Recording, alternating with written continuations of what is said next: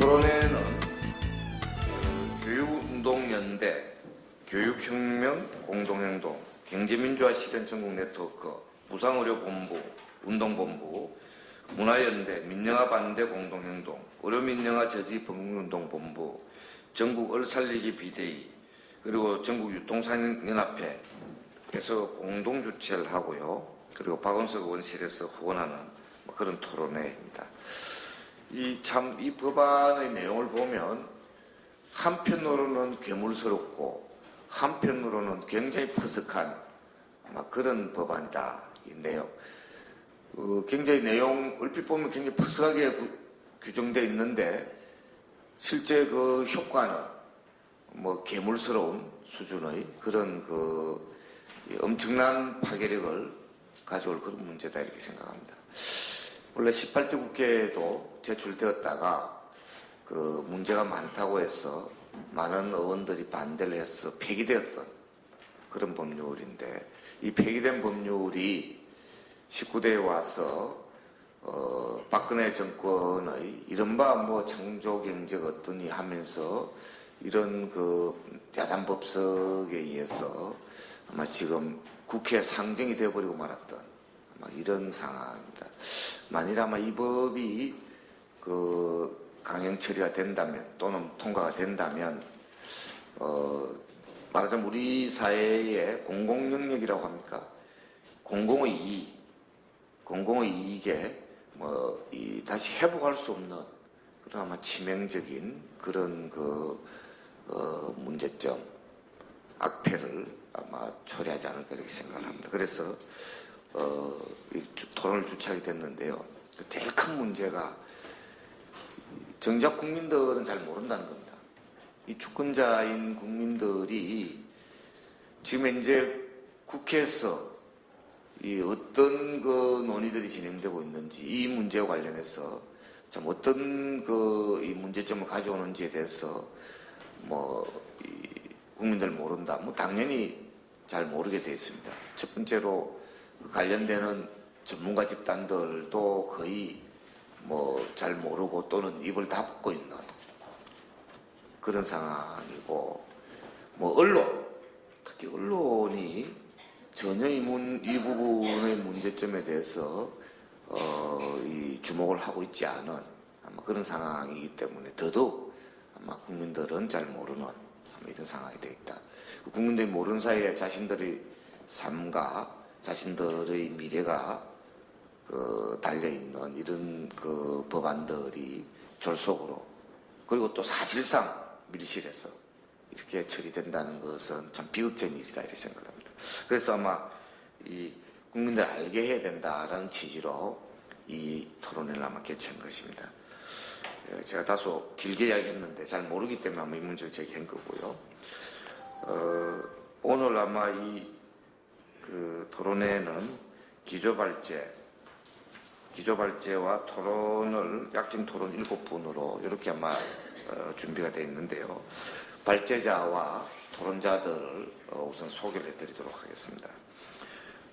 기조발제를 맡으실 내용은 서비스 산업과 서비스 산업 발전 기본 법안의 문제점 이런 내용으로 사회공공연구원의 재갈현숙 연구위원께서 발제를 해주시도록 해서 소개해드리도록 하겠습니다. 예. 토론은 각 부문별로 이렇게 마다 좀 했는데요. 교육 쪽으로는 정교조 김학한 정책기획국장님께서 토론해 주시도록 하겠습니다. 예, 안녕하십니까. 예. 의료는 무상의료운동본부 정형준 정책위원장께서 해주시도록 하겠습니다. 문화부는 문화연대 문화정책센터 이현재 소장께서 해주시도록 하겠습니다. 예. 언론은 지금 조금 아마 오고 계신 것 같아 보이고요. 그때 소개드리도록 하겠습니다. 공공부문은 사실은 굉장히 포괄적입니다. 일일이 다 나열할 수 없어가지고 결국 할 수 없이 포괄적으로 토론 부탁했습니다. 공공운수노조 공공기관 사업국의 공성식 국장님 토론해 주시도록 하겠습니다. 예. 그 다음에 중소상인부문 을이라고 보통 칭해지는 이런 분들인데요. 배재홍 전국유통상인연합회 사무장께서 토론해 주시도록 하겠습니다. 그리고 이 법 체계 내지 법률적 문제점에 대해서는 참여연대의 김남희 복지노동팀장께서 해주시도록 하겠습니다. 예, 뭐 변호사시기도 합니다. 예. 자, 이 전체 발제와 토론은 기조 발제는 20분, 그리고 토론은 10분 이내로 이렇게 좀 해주시면 좋겠습니다. 그리고 나서 종합 토론하는 것으로 이렇게 진행하도록 하겠습니다. 우선 제가련숙 박사님께서 기조 발제해 주시도록 하겠습니다. 네, 오늘 기조 발제를 맡게 됐는데요. 작년하고 올해 한 2차례 정도 국회에서 관련 법안에 대한 토론회가 있었고, 그 토론회 때는 의료 교육 중심으로 사실 이제 의료 영리화가 많이 국가의 의지대로 추진이 되면서 그런 입장에서 이 법에 대한 분석, 문제점 이런 것들이 많이 이야기가 되었었습니다. 그래서 오늘 저는 토론 패널로 오신 이제 많은 선생님들께서 각 분야별 문제점이라든가 분야별 산업에 예상되는 것들에 대해서 이야기를 해주실 거라고 예상을 해서 전반 기술적 차원에서 이 서비스 산업 자체에 이런 기본법이 과연 필요하냐, 이런 거 왜 두려고 하고 있느냐라는 좀 배경적 측면에 좀 주목을 했습니다. 그래서 분야별 구체적인 디테일은 좀 발제문에 담겨 있지 않고요. 전반적이고 조금 거시적 측면에서 해당 문제를 좀 발제를 해봤습니다. 다들 아시다시피 이 서비스 산업 발전 기본법은 2011년 MB정부 말기에 기재부에 의해서 처음 안이 마련이 됐고요. 당시 여러 가지 문제로 사실 18대 국회에서는 폐기가 되었습니다. 그러다가 박근혜 정부 들어오면서 이게 구체적으로 뭔가 진전이 되는 것 같이 안 보이다가 올해 연초에 연도 기자회견에서 대통령이 그런 이야기를 합니다. 보건의료, 교육, 관광, 금융, 소프트웨어 이거 다섯 가지를 5대 유망 서비스 산업으로 주목을 하면서 서비스 산업 발전 기본 법안을 좀 연내에 처리할 수 있게끔 도와달라, 이런 또 압력을 넣었었습니다. 근데 실제로 그렇다면 연두에 그런 얘기를 했으면 연내에 내내 뭔가 진행이 됐었어야 되는데 별다른 움직임이 없다가 또 갑자기 11월에 사실은 이제 기재위가 경제재정소위에 이 안을 다시 법안을 상정을 하고 12월 4일 기재부 주관으로 공청회가 진행이 됩니다. 그리고 지금 여당인 새누리당은 여당이 요즘에 주로 하는 얘기가 연내 처리 얘기 계속 하잖아요. 이것도 연내 처리 강행으로 드라이브 걸겠다 이런 입장을 갖고 있는데요. 다들 아시다시피 지금 현재 정권 박근혜 정부가 여러 가지 정치적 취약성이 점점점 드러나고 있고요. 정권이 사실 이렇게 유지될 수 있느냐라는 기본적인 의문까지 지금 제기되고 있는 시점에서 행정부 라인들은 굉장히 많은 법안들을 상정하고 여러 가지 움직이고 있어요. 이게 저는 그래서 청와대가 국민들의 좀 넋을 빠지게 하는 역할을 하고 그 사이에 행정부는 실제로 국민들의 삶과 직결되는 악법이 될 수 있는 것들을 통과하는 역할을 하고 있는 건가 이런 의심이 들 정도로 좀 뭔가 이상하다라는 의혹이 들고요. 이 법안 역시도 이렇게 추진돼서 국민들이 우리 박성 선생님이 앞에서 말씀하신 것처럼 국민들 모르게 이렇게 통과돼서 진행된다면 향후에 이 법안 때문에 실제로 국민 삶에 미칠 여파, 영향은 우리가 상상했던 것 이상으로 훨씬 더 커질 수 있는 공용 법안이 될 수 있습니다. 이거를 시작으로 해서 그래서 좀 긴장을 가져야겠다라는 생각을 하고요. 그러면 6쪽을 보시면 2011년도 왜 반대했느냐 주요 꼭지가 한 3가지 정도로 추려지는데 첫 번째는 의료 및 교육과 같은 공공재에 대한 상품화 및 영리화를 정당화할 수 있는 일종의 민영화 법안 혹시 또는 공공재의 민영화 확대 가능성 이런 식으로 이해가 됐었고요. 또 한 측면 중소영세상인과 대기업의 경쟁을 서비스 산업 발전이라는 명목으로 사실상 가속화시킴으로써 어떤 대기업 독점성 이런 것들이 더 심화될 수 있는 가능성, 그리고 금융에 대한 탈규제 정당화 및 FTA 등 자유무역 조치 여러 전반의 기능들이 서비스 산업 전반에 그냥 수용하는 그런 기능으로 한 국가의 법안이 작동할 수 있는 게 아닌가 이런 의문이 들었고요. 그래서 근데 이게 사실은 지금 다시 상정된 법안에서 별로 변화되거나 수정되지 않은 상태에서 지금 정부는 추진하려고 하고 있다는 것이 가장 큰 문제겠습니다. 그래서 본 발제문에서 다루려고 하는 것은 일단 서비스 산업 자체를 우리가 어떻게 접근해야 되는 것인지에 대한 부분과 그리고 기본적으로 정부가 이걸 왜 하려고 이 법안을 왜 하려고 하는지에 대한 배경을 나름대로 좀 추론을 해봤고요. 그리고 그 대자본 그리고 한국의 중소영세자본 간의 입장 차이 그리고 향후에 이게 노동에 미칠 문제점 크게는 그렇게 좀 구분해서 봤습니다.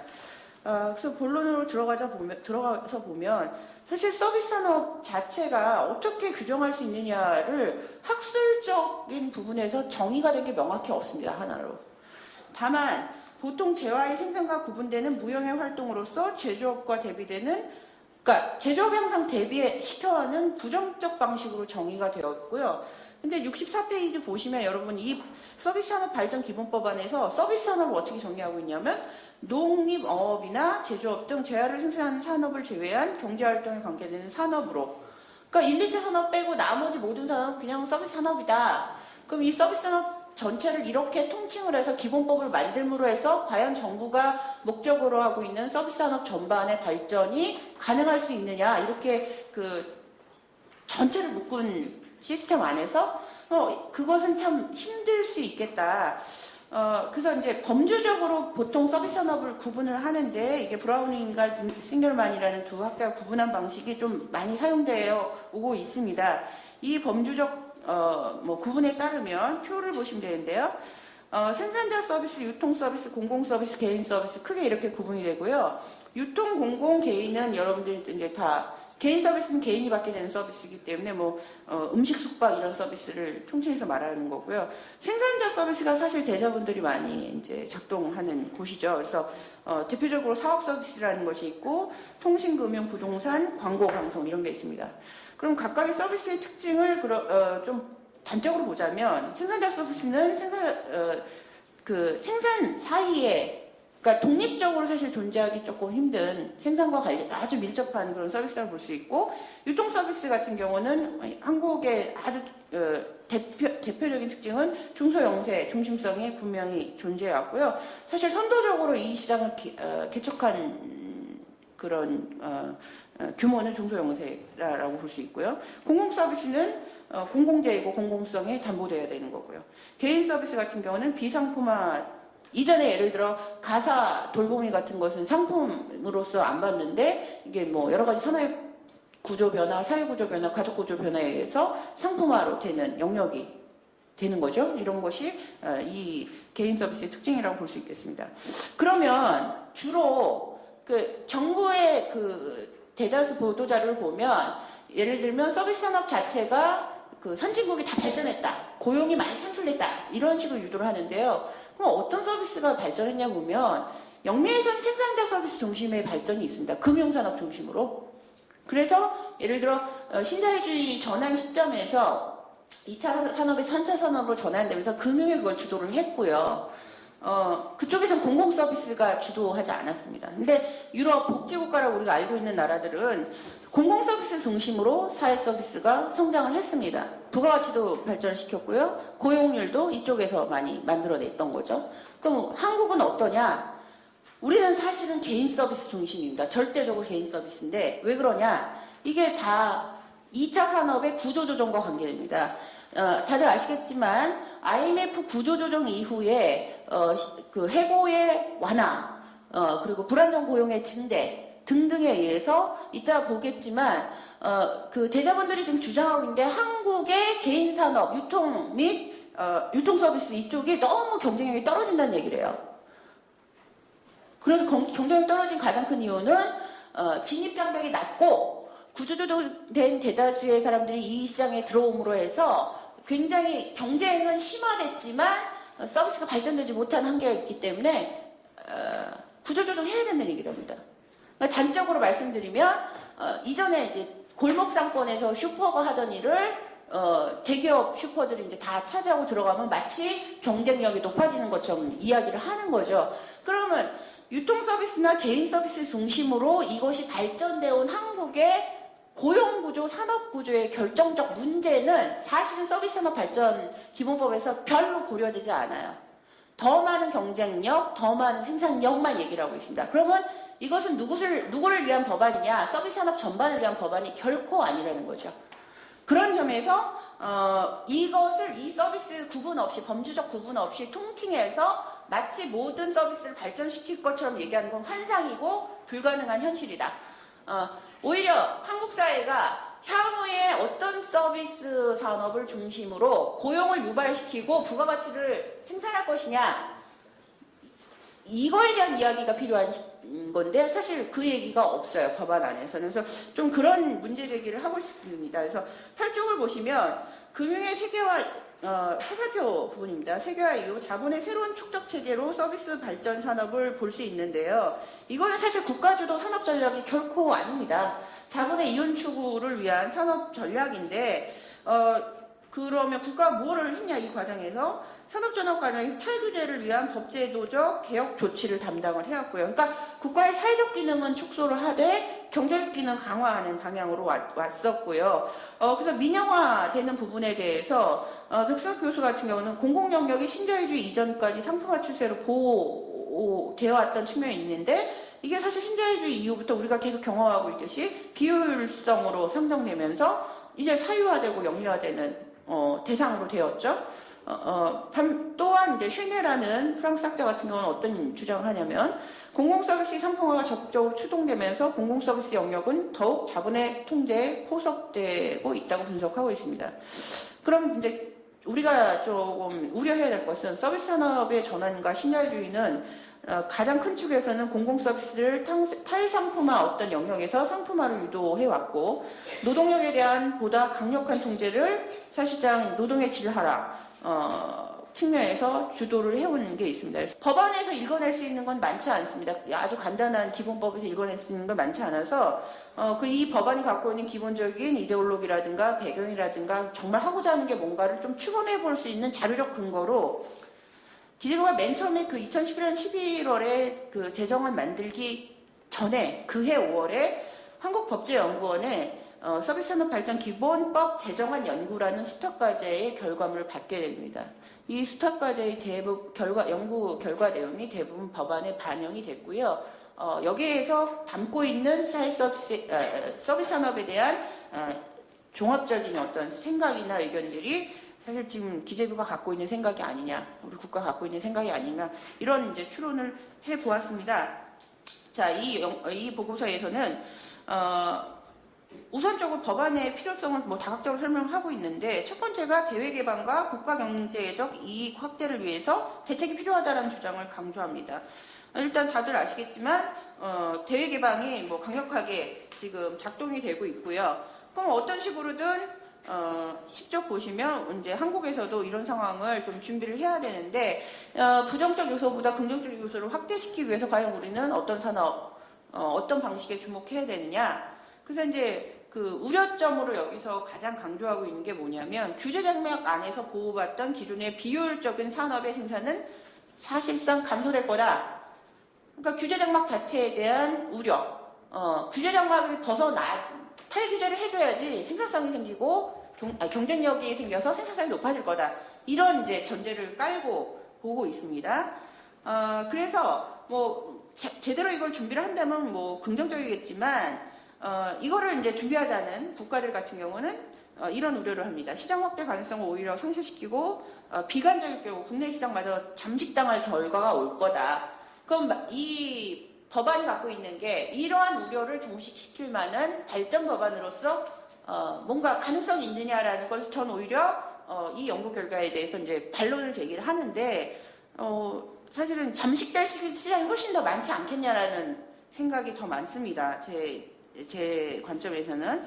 그래서 전반에 대한 어떤 특별법에 대한 필요성을 이 연구 결과 보고서에서는 기존의 유형 그 제조업 중심으로 분류했던 그 산업별 분류 체계의 한계점을 먼저 구분을 했고요. 그 11쪽의 표 5에서 이제 기존이 제8차고요. 현행 제9차가 이게 이제 2007년 12월 28일 이후부터 이제 작동하고 있는 건데 이게 변화된 것들. 그래서 제가 아까 4가지 범주로 분류한 대로 한번 이제 각각의 서비스들을 분류를 해봤고요.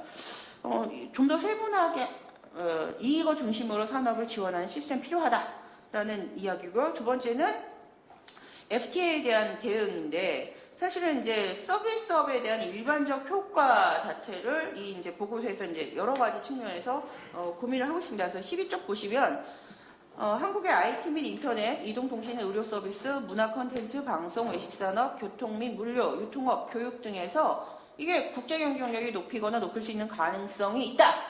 이 산업에 대해서 경쟁력을 높일 방안들을 우리가 찾아내지 못한다면 이제 금융회계 법률 등등의 부분도 발전하기 어렵다. 그러면 이제 위에 제가 줄표해 놓은 산업에 대해서 어떤 식으로든 발전시켜야 될 방안을 마련해야 되는 건데 이 방안 마련 자체가 특별법으로 어떤 지원이라든가 이런 걸 통해서 우선적으로 고려돼야 될 필요가 있다라는 강조를 합니다.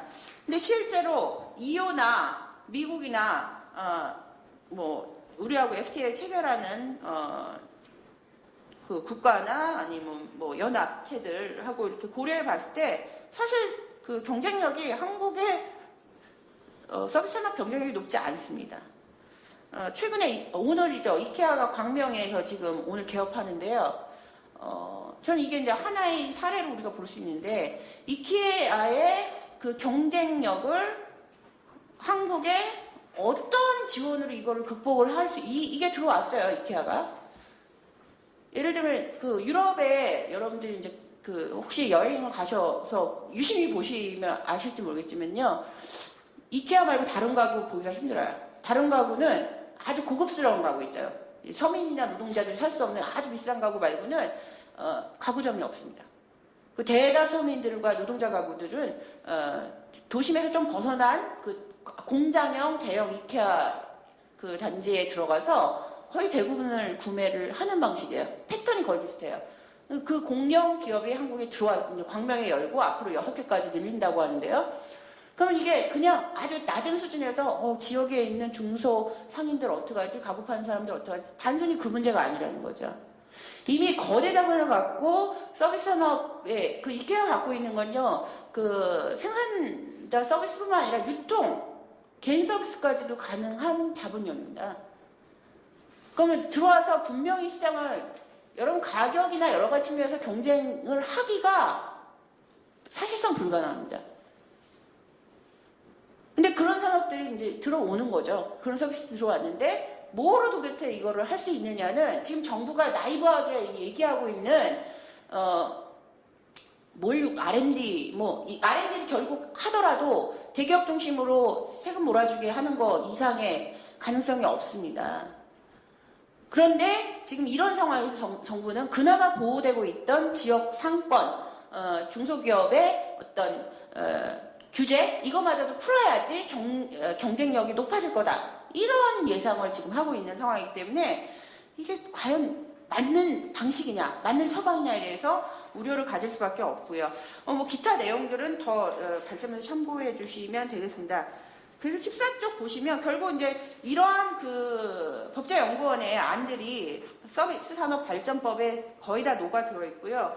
법안 자체가 갖고 있는 우려점에 대해서 뭐 몇 가지 그 말씀을 드리면 그 넘어가기 전에 15쪽 잠깐 보시면 이 연구 결과에서도 어떤 지적을 하고 있냐면요. 15쪽 3 동그라미 3을 보시면 예를 들면 교육의료 등 주요 추진 지원 법안 내용에 대해서 특례 규정을 신설하고 타법보다 동법을 우선 적용하는 방안을 검토해야 된다. 무슨 말이냐면 이 공공성을 갖고 있는 부분들은 사실은 국민이나 사회적으로 훼손되지 않는 범주에서 다른 일반 법보다 우선적으로 좀 고려를 해야 된다라는 얘기를 담고 있어요. 이 안에서는 고려해야 될 사항으로. 근데 그 기본법 안에서는 이거 자체가 굉장히 좀 무력화되는 상황이고 지난 2년 동안 의료 영리화를 추진한 정부의 여러 가지 그 기조를 봤을 때는 우선적으로 고려가 결코 되지 않고 있는 상황이다라는 것을 확인할 수 있습니다.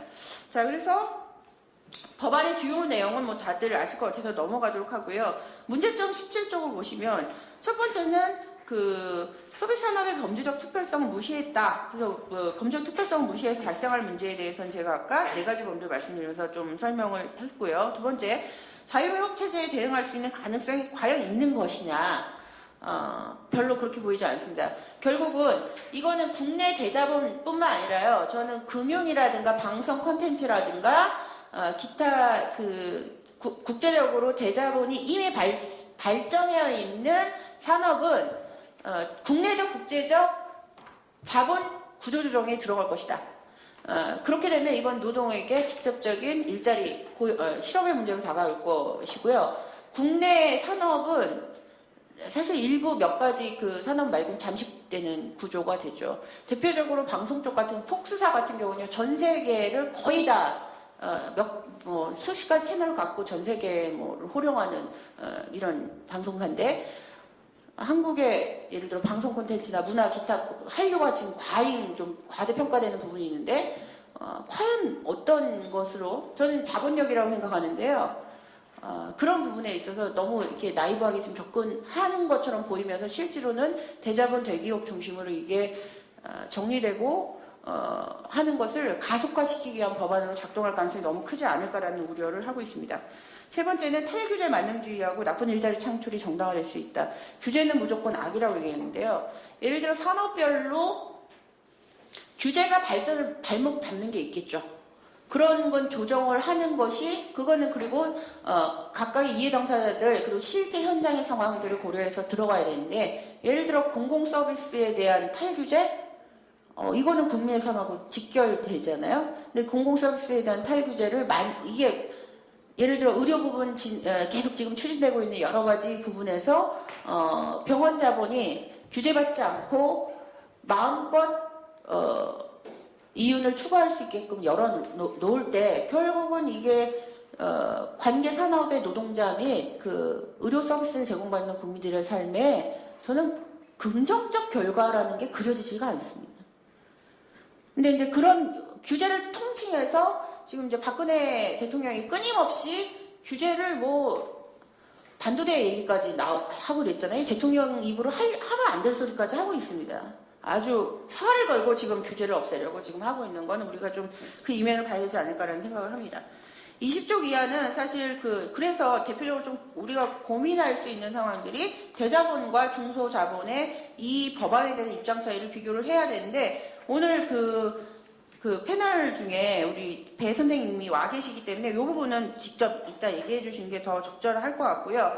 그래서 25쪽 보면 대자본과 중소상인의 그 입장에 대한 결과 비교를 보시면, 정부 법안은 대기업 대자본 중심의 투자와 탈규제를 가속화할 것을 예상할 수 있고요.